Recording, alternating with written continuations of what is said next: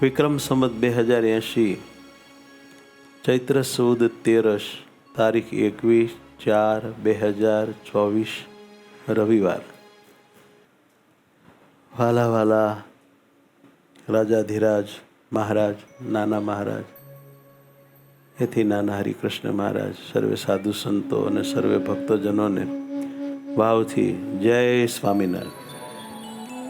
આવો નજીક થઈએ. ભાગ 46 પરિવર્તન.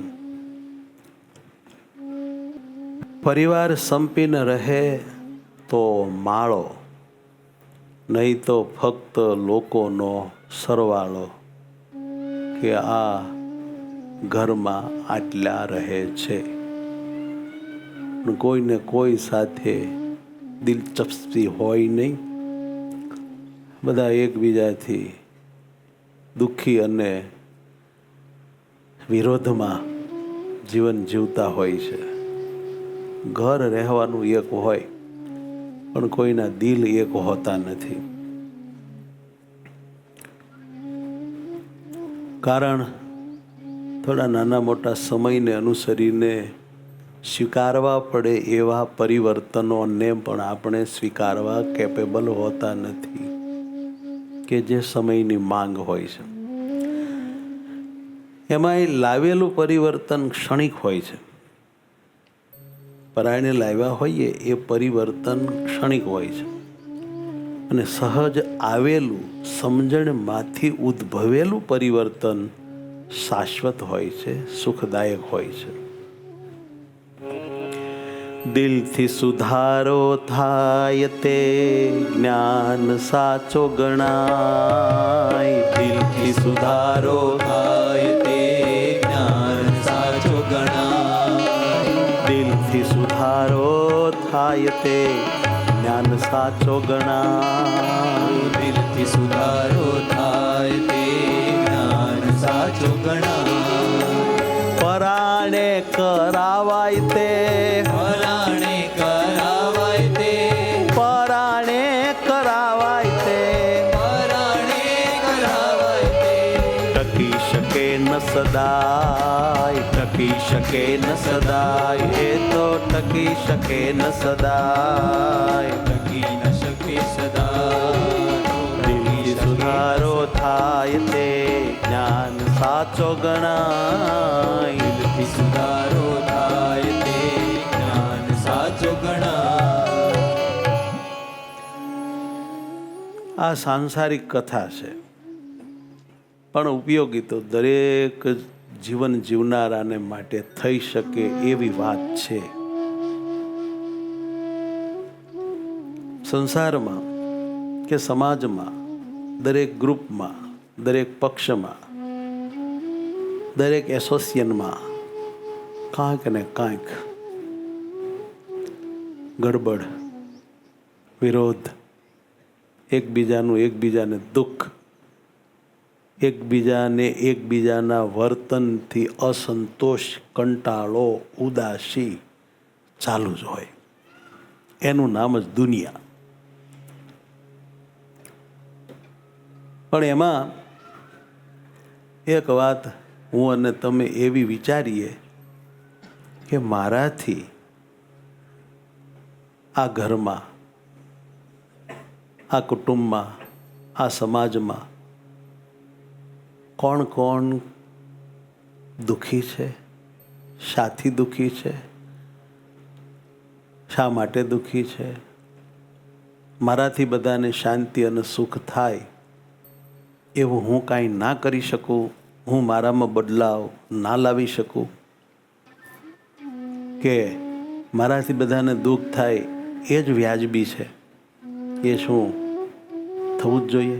એવી કોઈ બાબત છે કે એમાં ચેન્જ કરી શકાય ખરો અને બધાએ આપણી સાથે શાંતિથી રહે, બધાને આપણા સ્વભાવથી, આપણા વર્તનથી, આપણા વાણીથી સંતોષ અને આનંદ રહે, બળ પ્રેમ મળતા રહે, હિંમત રહે, એવું મારે મારું નિર્માણ કરવું હોય તો થાય કે નહીં?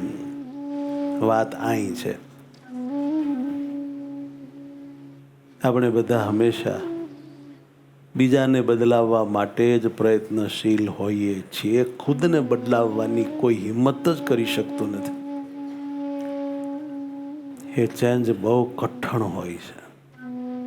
કોઈ વિરલા પોતામાં બદલાવ લાવી શકે છે, બાકી તો બધા હામાનામાં બદલાવ લાવવા માટે જિંદગી બગાડતા હોય છે. છેવટે બહુ મોટો અસંતોષ લઈને મરતા હોય છે, એવું બનતું હોય છે. ક્યાંક ક્યાંક સફળ થવાય છે, અને એ પણ બહુ કુનેહથી કામ કરવામાં આવે તો સફળતા સાંપડે છે. આવું બને વાલા. આના ઉપર એક સ્ટોરી આપની આગળ પ્રસ્તુત કરું છું. એક અજયભાઈ હતા અને એક રમણભાઈ હતા. બે પાકા મિત્ર હતા. એક જ શહેરમાં રહેતા, સાથે સાથે પોતાના બાપ દાદાના ધંધાને પણ સંભાળતા. બંને મિત્રો વારંવાર ફોન ઉપર વાત કરતા અને પ્રસંગોપાત ક્યારેક ક્યારેક રૂબરૂ મુલાકાત પણ કરતા. અજયભાઈ સ્વભાવે શાંત સરળ હતા. રમણભાઈ થોડાક સ્વમાની અને પોતાના સ્વમાન માટે વધારે પડતા આશાવાદી, કે બધાએ મારું આટલું તો સ્વમાન રાખવું જ જોઈએ. આત્મસન્માનને કોઈ થોડા કાંઈ જતું કરે, એ તો સર્વનો જન્મસિદ્ધ હક છે. એવું થોડુંક જરાક એને આમ પોતાનું સ્વમાન કહો, આત્મસન્માન કહો, એનું આમ જરાક રીએ, એ જતું ન કરી શકે. આમ હક માને, અને એ હક પણ બધાએ પૂરો પાડવાનો બીજાએ. હવે બીજા ક્યારેક પૂરો પાડે ખરા ને ક્યારેક નોય ગણે, તો કેવી ઉપાધિ થાય કહો જોઈએ. માથું ચડે, ભજન થાય નહીં, બીપી વધે. પણ હવે આ બધું હોય છે, સ્વભાવમાં હોય છે, એ નીકળતું નથી. સમજે તોય પણ જાતું નથી. અને બીજાને આ વિષયની જ્યારે વાત કરવાની થાય ત્યારે સચોટ પ્રતિપાદન કરી નાખે. પણ જ્યારે પોતાને સ્વમાન કે આત્મસન્માન ખોવાનું થાય, થોડુંક મૂકવાનું થાય, થોડુંક નમવાનું થાય, ત્યાર પાછું એ પરોપદેશે પાંડિત્યમ કાંઈ સાલું કામમાં લાગતું નથી. આ રમણભાઈને થોડુંક એવું હતું. અજયભાઈને રમણભાઈ સાથે ઘણા વખતથી વાત થઈ નહોતી, એટલે ફોન કર્યો. રમણ, કોણ? હું અજય. ઓહો, આપણે ઘણા વખતથી ભઈલા મળ્યા નથી. હે, મળીએ તો સારું, કાંઈ વાંધો નહીં. નક્કી કર્યું. બંને હાંજે બગીચામાં ભેગા થયા. બંને વાતો ઘણી કરી, જૂના સંસ્મરણો વાગોળ્યા. પણ રમણભાઈ જરા આમ ચિંતામાં હોય એવું અજયભાઈને લાગ્યું. રમણ, તો કાંઈ ચિંતા હોય એવું લાગે. ના ના, એવી કોઈ આમ ચિંતા નથી, પણ ઘરમાં થોડી ચળભળ હાલે છે. શું રમણ? હું કહું જઈ, આજના છોકરાઓને હવે આપણી વાત અને સલાહ નકામી લાગે છે. બોલ અજય, જાણે આપણને કાંઈ ખબર જ નથી પડતી. મારા બેટાને એને જ બધી ખબર પડે છે. પોતાના વિચાર પ્રમાણે જ વર્તન કરે છે. આવું છે, બાકી બધું અજય બરાબર છે. હવે આ અજયભાઈ અને રમણભાઈને બેયને એક એક દીકરો ને એક એક દીકરી હતા. બંને એ બધાને પરણાવી દીધા હતા. બધાને સારું હતું. દીકરાની વહુ સંસ્કારી હતી. અજયભાઈ તેના કૌટુંબિક માહોલમાં સેટ થઈ ગયા હતા. એ અપસેટ નહોતા. પણ રમણભાઈ સેટ થઈ શક્યા નહોતા. એ એના કુટુંબમાં જ અપસેટ હતા. કુટુંબમાં જ અપસેટ. આવું હોય છે, ઘણી જગ્યાએ હોય છે. અને આનો કોઈ ઉપાય સર્વાંશમાં નથી, થોડો થોડો થાય. રમણભાઈ એવું વિચારતા હતા કે આપણે શું કરવું સાલું? કેમ? આપણને કોઈ માન નથી આપતું, કે આપણને કોઈ નથી સાંભળતું. પેલી એક દિવસ આપણે નહોતી અહીં ક્લિપ બતાવી કે તમને એમ થાય છે ને કે મને કોઈ ગાંઠતું નથી, તમને એમ થાય છે ને કે મને કોઈ સાંભળતું નથી, તમને એમ થાય છે ને કે મારું ધાર્યું કાંઈ થતું નથી, તો એમાં કાંઈ મૂંઝાવાની જરૂર નથી. અહીં ક્યાં કોઈનું ધાર્યું થાય છે? અહીં તો માત્ર એક ભગવાનનું જ, પરમાત્માનું જ ધાર્યું થાય છે. અને એનું ધાર્યું થાય છે એમાં આપણા બધાનું સારું જ થાય છે. માટે મોજમાં રહો, આનંદમાં રહો, ધોબાકા દો, મુજાય મરોમાં ધાર્યું કરવા સારું થાય. ધાર્યું મૂકે અને સુખનો પાર નથી.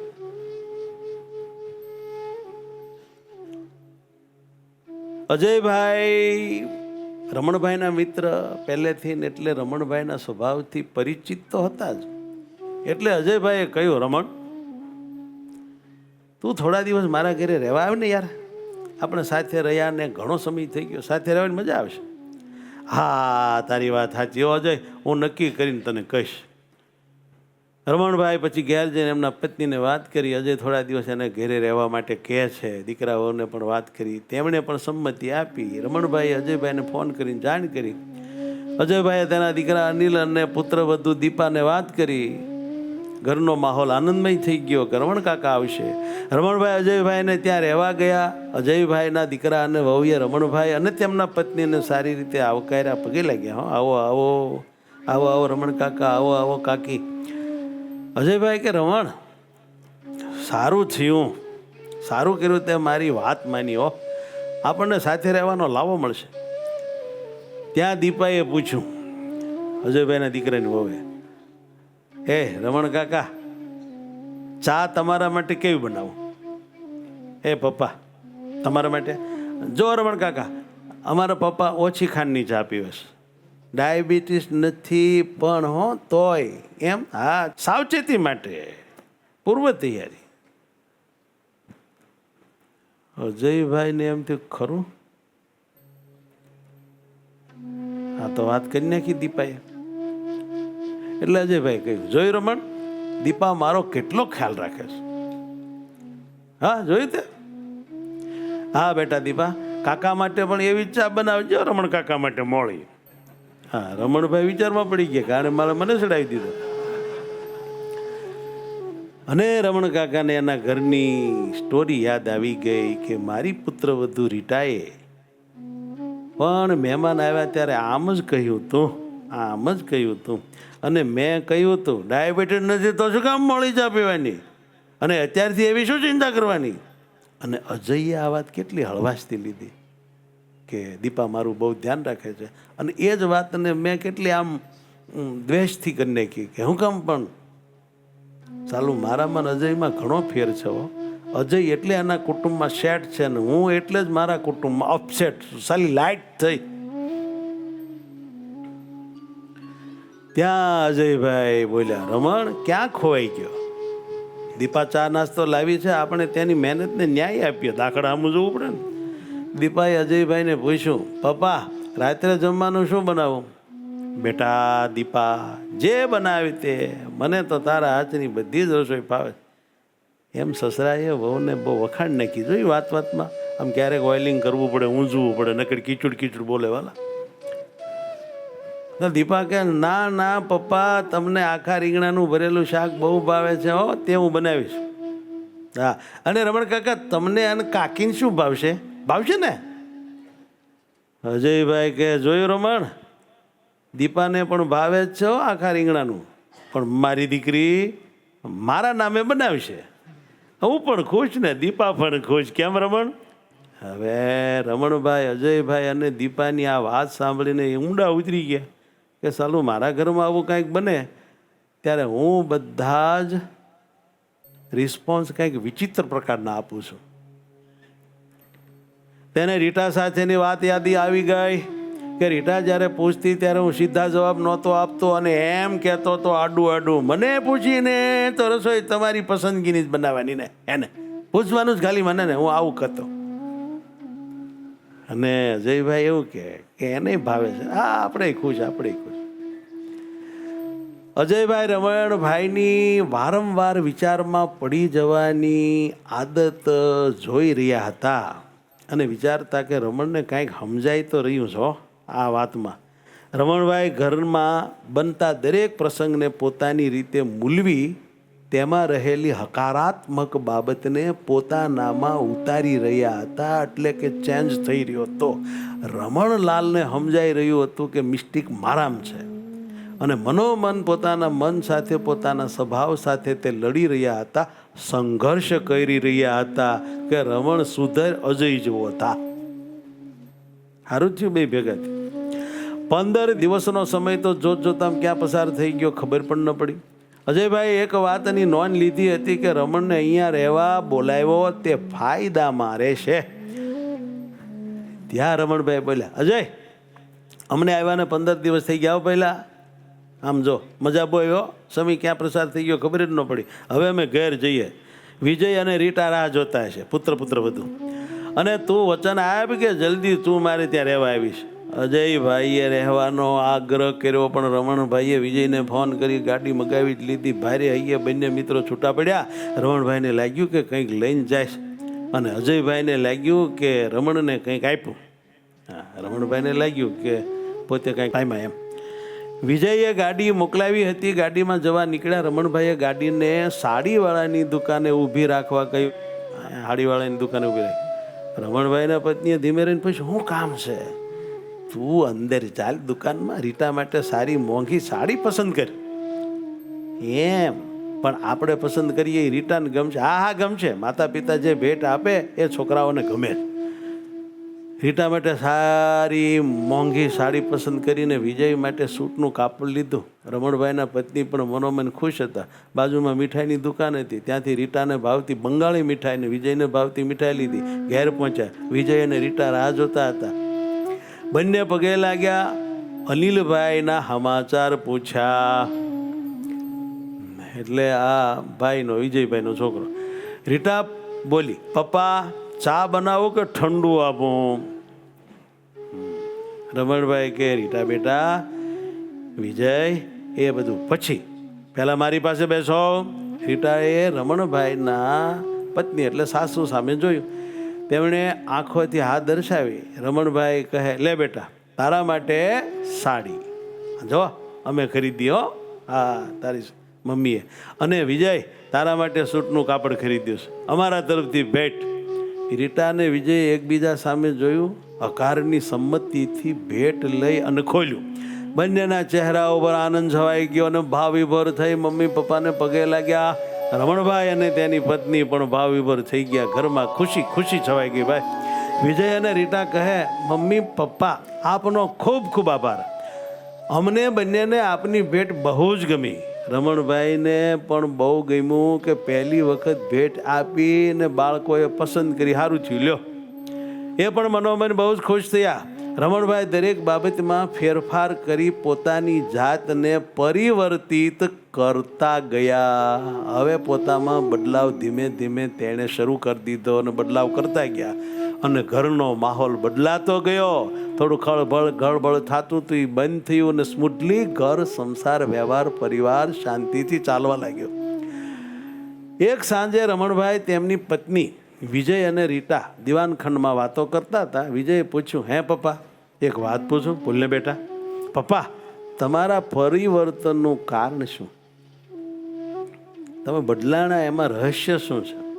કાંઈ નહીં બેટા, હું એમ માનતો હતો કે પરિવર્તન નવી પેઢીમાં જ થવું જોઈએ.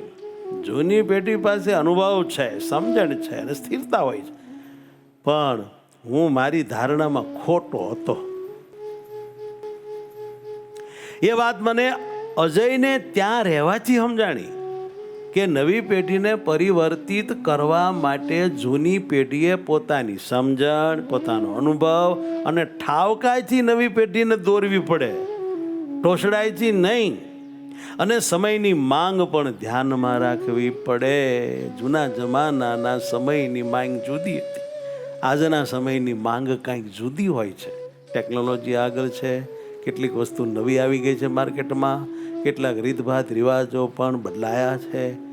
એ બધું જૂની પેઢીએ નવી પેઢીવાળાનું જોવું જોઈએ, ધ્યાનમાં લેવું જોઈએ. બસ બેટા આ બધું વિચારતો ગયો. પરિણામ તમારી સામે છે. વિજય કે હા હો પપ્પા, તમારી વાત સાચી છે. અને પપ્પા નવી પેઢીએ પણ જૂની પેઢીના આચાર, વિચાર, માન, સન્માનને સ્વીકારવા જોઈએ અને અનુસરવા પડે. તો જ બે પેઢી વચ્ચેનો જે જનરેશન ગેપ છે એ ઓછો થાય અને પૂરાય. રમણભાઈ કહે, અજય આવવાનું કહેતો તો. હા બેટા વિજય ફોન કરું? ત્યાં તો અજયભાઈ આવી ગયા.